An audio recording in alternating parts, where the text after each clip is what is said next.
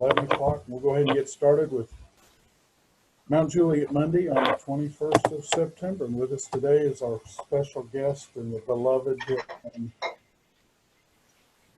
City Manager, Kenny Martin. Good Hello, morning. everybody. How are you? Hey, Kenny. I'm doing great, man. Beautiful weekend, beautiful day. Sorry about the power outage this morning. I had nothing to do with it, I promise. That was in our neck of the woods. We didn't lose a thing. You didn't? Mm-mm.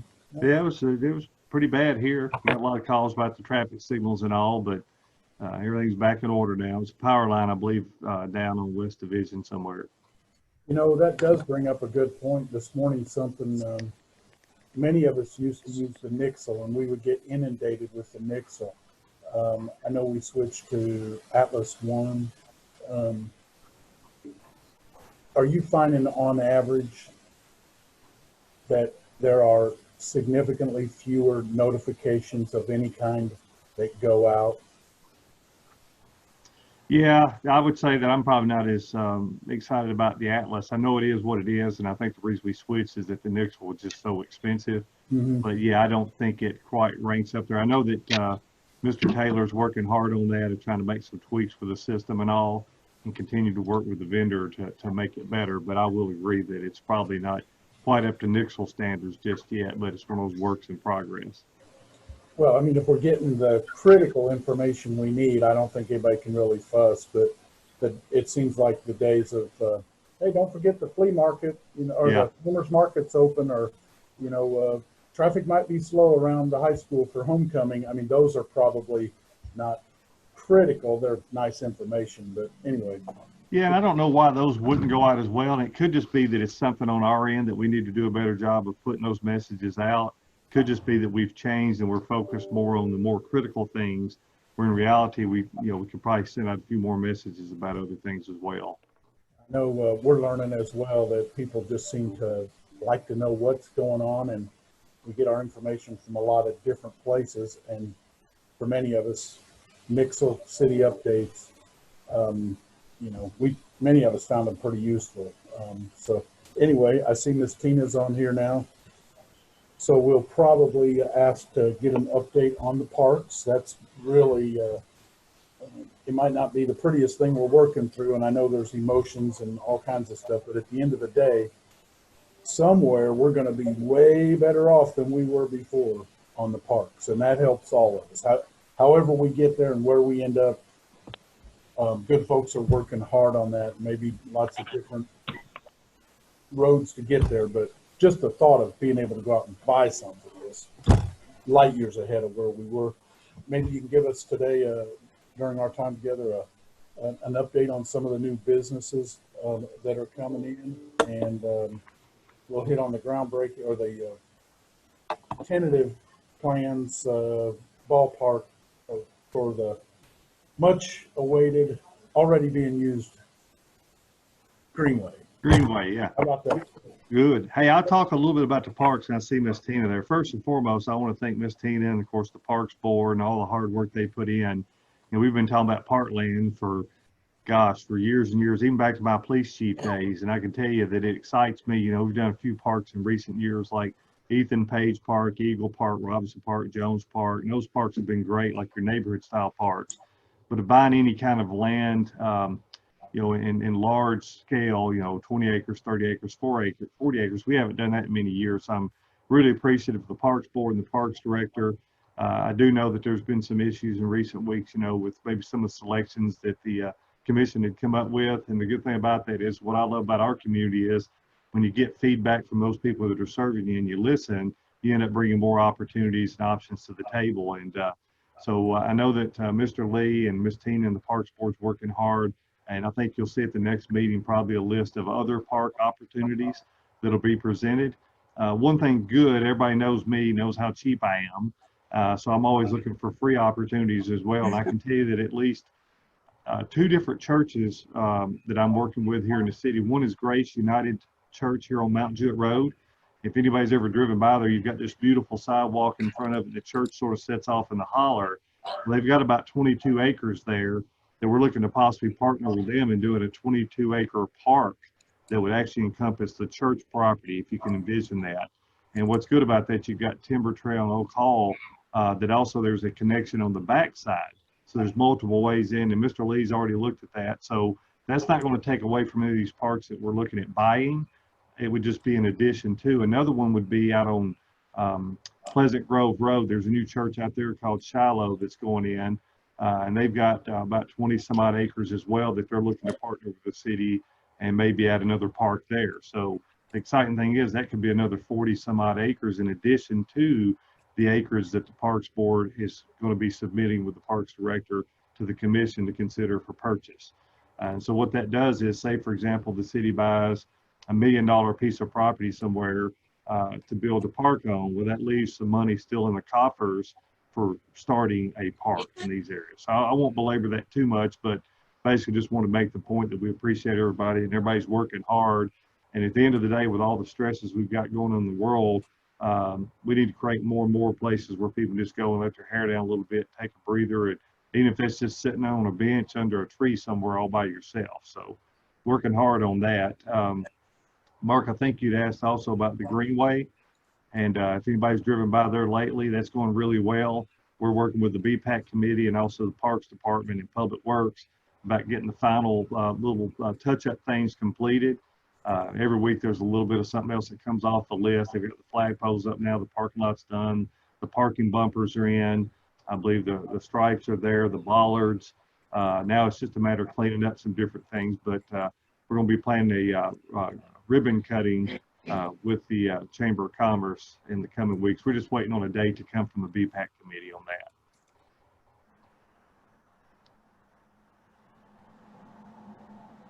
Mark, you're on mute, my friend. Sorry, buddy. I said, that's okay. Thank you very much. Just got them fresh off the press. Sales tax collections. Yes. Another over $500,000 better than last year, the same month, ending in, I guess, 20th or something like that. You know how they, whatever it is, it's the most recent one. I just got it this morning. That's over, the last 90 days is over $2 million over the same 90-day period last year. So keep the county closed if you must. We're getting some money. Yeah, I tell you, they were up 400 and some. They were down in March, down in April, but not near as bad as what we thought. And ever since then, they've been up. It started out, in May with $400 and something thousand, and it went down to 3 something. Now it's down to 2 something. But we're already way ahead of where we would have been last year. And everybody says, I get calls. They say, well, what do you think this is related to, or what's the reasoning behind it? And I said, I think it's a lot of things. I think it's a sales tax increase. I think it's the Chamber of Commerce and the businesses and the people in this community supporting their local business community. I think it's staycations. I think it's home improvement programs. I think it's a lot of different things. And it could also be something related to national, some of the issues that they've had. But I know one thing, I was out last week and the traffic was, I know the weather was beautiful. It was one of those first days we had like an 80-degree day or whatever. But just people everywhere, and you can just feel the enthusiasm. So I think it's got a lot to do with it, and I encourage people to keep doing what they're doing because our local businesses need it. And I will tell you this, I'm getting a lot of calls from different people wanting to put businesses in Mount Juliet. And the downside to having vacant space is that it's vacant and that we lost a business. The upside to having a vacant space is that it creates an opportunity for a new business. And we're working with several possible tenants for the little space, about 3,000 square feet. That'll be to the left of ML Rose. And I can tell you some of the people that we're working with on that, there's some really good prospects there. And of course, Chicken Salad Chick and all those other places. So don't be too concerned when you see an empty spot, because all that means is that we're working with somebody else to fill it. So just keep up the good work on sales tax. I mean, we're blown away. I would have never thought as we went into this pandemic and come off the heels of the tornado that we'd be sitting here today in September 2020 talking about sales tax increase being some of the highest that we've ever had in the city's history. I would have never thought that. Well, it's the banks all got together. 9 of the banks got together and came up with TN Community. It's probably a lot of little things that together add up to big things. So you got to end every conversation with shop local, because it makes a difference to a lot of people. And so, hey, Mark, I heard that it was because it was Tina Hudson Pillar's birthday, and because everybody loves her so much that they went out and scoured the stores for everything on the shelves to buy her her birthday presents. Is there any Kenny, truth to that? not just presents, expensive presents. That's exactly right. Oh, and Expensive. no, There had to be a benchmark, no minimums. The benchmark no, could be quite high. no food or groceries. They wanted maximum sales tax collection. Yes, that's what did it. Hey, There's a lot of birthdays. Just like everybody had a birthday. Ray Justice had a birthday. I think Miss Tina had a birthday. I don't know who all's birthdays are in September, but a lot of September birthdays. last Monday was a pretty big day for Mount Juliet. You had a groundbreaking at the new fire station, and the first steps were taken towards funding the personnel for it. Can you give us an update on that? Yeah, the fire station thing, it's going to be absolutely beautiful. And to Jamie and the commission, they've, Jamie in particular has worked really hard, with the design team, but the city and staff and of course the elected body and the citizens working together for all these years, we're finally going to see a second brand new fire station on the north side. Those that got to come to the groundbreaking, appreciate you being there. It was a beautiful day. It was a beautiful backdrop of having the brand new high school in the background, the infrastructure and the road and that's there makes this fire station work and function even better. So we still got a few more months before we get the design criteria back, get that done, get it out to spec and get it built, or bid actually before we get it built. But would like to commend the commission for stepping up and funding 9 additional firefighters for the fire department. I know the chief appreciates that. It's a huge step in the right direction for the fire department. And through the grant we got through the state of Tennessee to add another mini pumper fire truck, which that's about $260,000 for that truck. So we're very excited about that, because what that'll enable us to do is once we build the new station, we'll move one of the ladder trucks to the new station. We can put the mini pumper to replace it in Station 3, which is behind City Hall.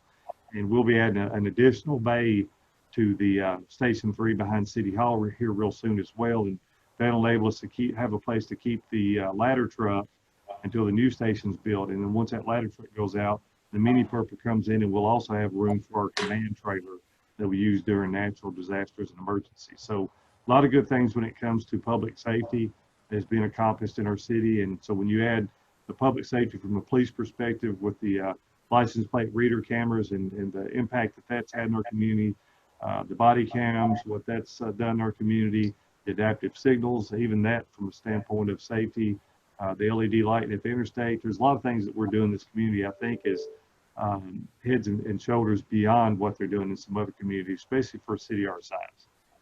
Didn't the city commission also fund construction of over on Clemens Road at the Public Works Department?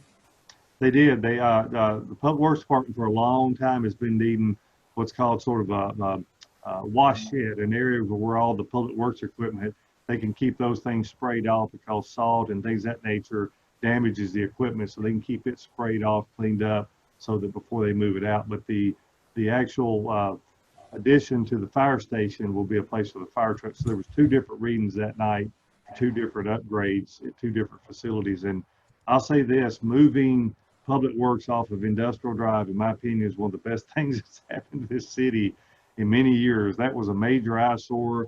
I was very glad to see it go. I didn't like it the day that it was put there. And if you look at what's there now, I think everybody will agree that's way better than when our building was there. And I'm appreciative that we had a building to use, don't get me wrong, but moving it to Clemens Road was a good move. And I'd like to thank our elected body for supporting that. And that's going to be a great location for our Public Works Department, especially once we open up East Hill Street to Clemens Road. Can you imagine how much better that's going to be for not only for Public Works, but for also for our fire department? We also have a police location on East Hill Street as well. So it just makes the ingress egress a lot better for them. Hold on, Kenny. Hold that thought. It does look a lot better. I just looked over there, and I like the apartments much better than the salt ones. But, yeah, Mark, you guys have a beautiful spot. Downtown Mount Juliet is exactly what we said it was going to end up being many years ago. Remember, at this Chamber of Commerce, if you'll remember, we were all talking about we were going to create this downtown that we never really had. Remember that? Oh, yeah. And some people laughed. We put a few signs up at first that said Northtown and Downtown, and a lot of people sort of giggled at us. Well, if you look at it today, it's coming to fruition, and I think it's looking awesome. Yeah, if you live in, I think it's great. And we're not done yet. Christmas store, who knows what Industrial Drive will look like 10 or 15 years from now. But if you live over in Jackson Hills, and those of you that are in real estate insurance, um, it's going to make a difference, because you cut East Hill Street through. Now all of a sudden that fire truck is, within walking distance practically of Jackson Hills and Stone Hollow, and doesn't have to come all the way around. So that's probably a big help for those folks as well. Connectivity is key throughout the city, and there's progress being made. Sidewalks on Lebanon Road. If you get out and about to other small towns and you park your car, it doesn't matter whether it's Bell Buckle, Manchester, Monteagle. I mean, we've all been to all these places. Walking around is not always the easiest thing to do, and to have the sidewalks, I mean, it's really pretty amazing. You'll be able to walk on a sidewalk one of these days. Goodness gracious, from Belinda Parkway, Highway 70, what's being done up there.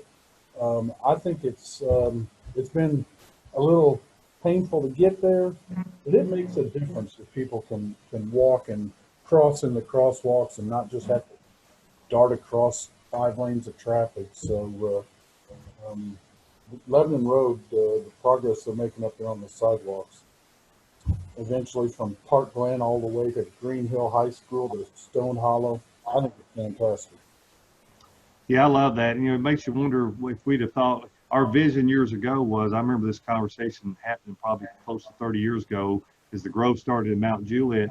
The elected body at that time didn't want sidewalks. And it's not that, they thought that was the right thing to do at the time. So, I understand that. But in hindsight, can you imagine if we'd have thought about having sidewalks back then? We'd already have them along Lebanon Road corridor. But at that particular time, they felt like the future maintenance would be too costly. But in reality, the sidewalks don't break all at the same time. They don't age at the same time. So at some point, yes, they've got to be replaced, but it's worth it.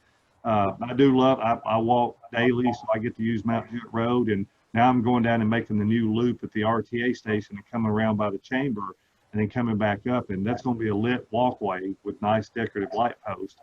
And if you'll notice, Mark, and anybody else that goes by there was 2 big old dead trees right there by the train tracks. Those were dead.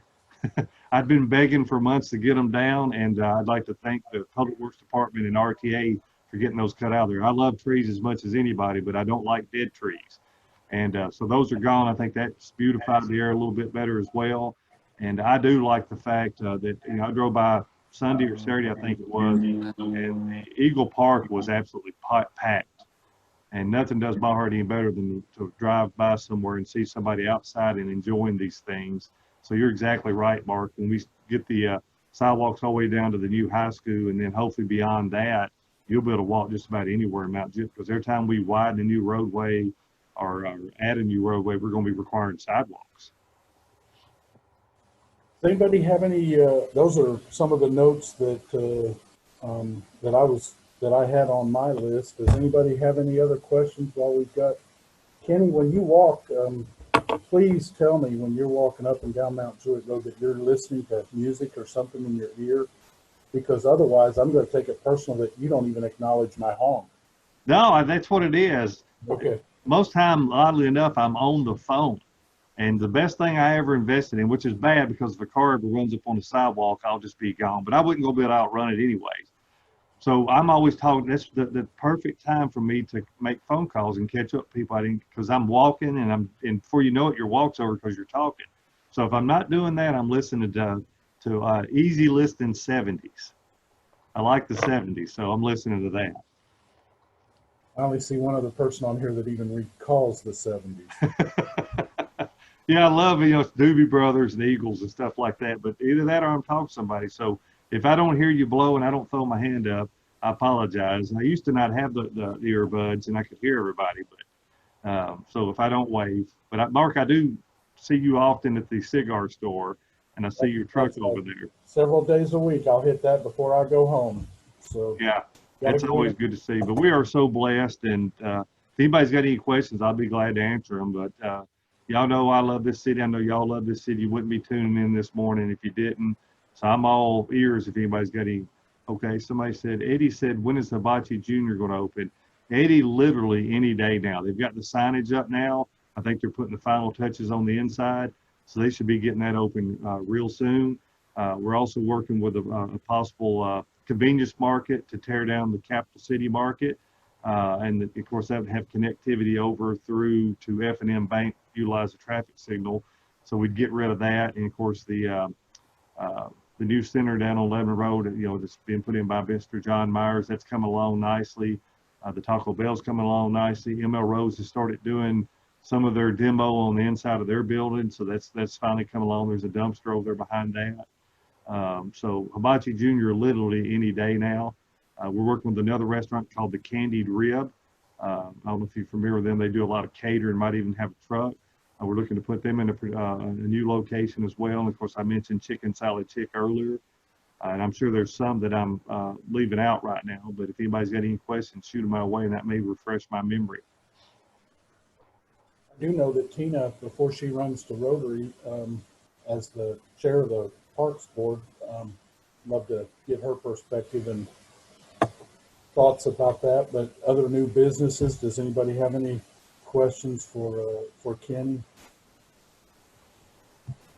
Tina, Parks Board.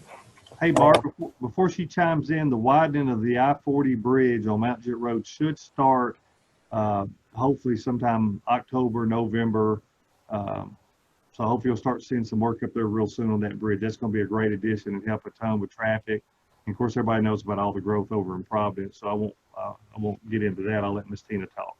The 12-month project, once they start, 12 to 14 months, Kenny? Yes, sir. Okay. Tina, we talked about the parks, and you were sitting, I don't want to, as the chairman of the Parks Board, go without comments from you if you want to make any. Absolutely. And Eddie, when I drove by Hibachi Jr. this morning, the open sign was on. So Hibachi Jr. might be open, just FYI. Cool. So, just to let you know that. The Parks Board, matter of fact, we went and toured some more property this morning. We toured some property on Friday morning as well. So it's amazing to get out there and see the vacant land that is available to us. And of course, it's not inexpensive land, so you have to look at it and decide what is the best use. We've actually got a meeting Thursday night to go over the parcels that have been presented to us to find out what is the best use for that parkland. And we would love to encourage feedback on, when you have a park, what exactly is it that you want the city of Mount Juliet to provide in the way of a park? What are you looking for? I know a lot of folks think that we need to get into the youth baseball, softball. We don't, of course, want to compete with Mount Juliet Little League in any way. And the other issue with that is we want to provide the best for the citizens of Mount Juliet. And I don't know how many local children would be on those travel teams that play locally. And that's just kind of the thought behind that. But got some exciting things going. We just, the city just approved the purchase of those 8 acres over at Tate's Lane by Victory Baptist Church. And I know there's going to be some soccer fields and other things over there. So a lot of exciting things going on in our city, and I'm just proud to be a part of it. I don't know if anybody's got any questions pertaining that I might be able to answer. You guys are doing a great job, and Tanya and I went on Saturday, I guess, up to Lafayette, Little Lafayette up in Macon County. Their city just, they have it's called, I think, Winding Stairs or Winding Cascades. It's very rustic, trail out through the woods, some overlooks at a cascading waterfall. The place was packed on Saturday. They had a lake out front, people kind of out there just basking in the sun. So to your point, there's probably a little bit of everything that people want in their park. Some people just want to use it to get away and listen to the birds, and watch the water run, but she's asked for feedback, so share with Tina and the Parks Board what it is you're looking for. I mean, we've got dog parks, we've got frisbee golf, we've got passive parks, active parks, sports fields. What do we have, or what do we want that we don't already have? So, thank you. Does anybody have anything else? Hey, Mark, real quick, I was gonna tell everybody too, the little red brick building looks like it's moving closer to becoming a museum for Charlie Daniels. We met with Miss Hazel and the family, and the team, and so you'll start seeing some progress on that real soon. We're working closely with the tenants, so nobody's getting impacted in a negative way that they're not already, excited about, or about an alternative location.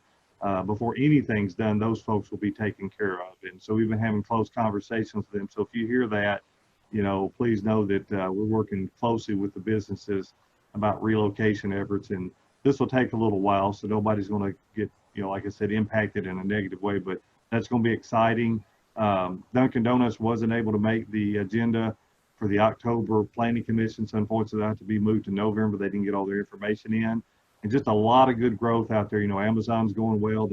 There's a new 7-Eleven convenience market that's been approved out there. I can tell you there's a long list of other, with Legacy Point coming in out there. There's a lot of people having a lot of interest in Golden Bear, very good tenants, and I think some businesses and things of that nature a lot of people are going to like I talked about before, Bubba Coos and Subway and some of these other tenants. Don't forget about them. They'll be coming real soon as well with their build outs. So we just got a lot to be thankful for, and I feel most blessed to have wonderful people that are on here this morning and all the other people out there helping us make this city even better. Hey, Kenny, I heard about Charlie. The person told me said there was some question as to whether the building would be torn down and a new one built, or using that one. Do you know if that's been decided? Or? Yeah, the building will be saved. It'll probably be modified in some way to add some beautification to it, maybe with some stone. It'll definitely be painted a different color. And there will be probably 2 large murals on both sides of the building. So as you drive down Mount Juliet Road, and they'll both be Charlie Daniels related, as you can imagine. So yeah, the building will be saved. Miss Hazel loved the building. She's toured the building. And again, we're working with the tenants. So that's going to be a great addition to downtown. I think it'll bring some tourists out. Be a good fit right there too, as Mark said, with the Christmas store. So who's doing that? Is that who's doing that? It's basically the family and Mr. Sellers. Cool. Okay. Yeah, Judd's really passionate about this, and he wants to see it come to fruition as well.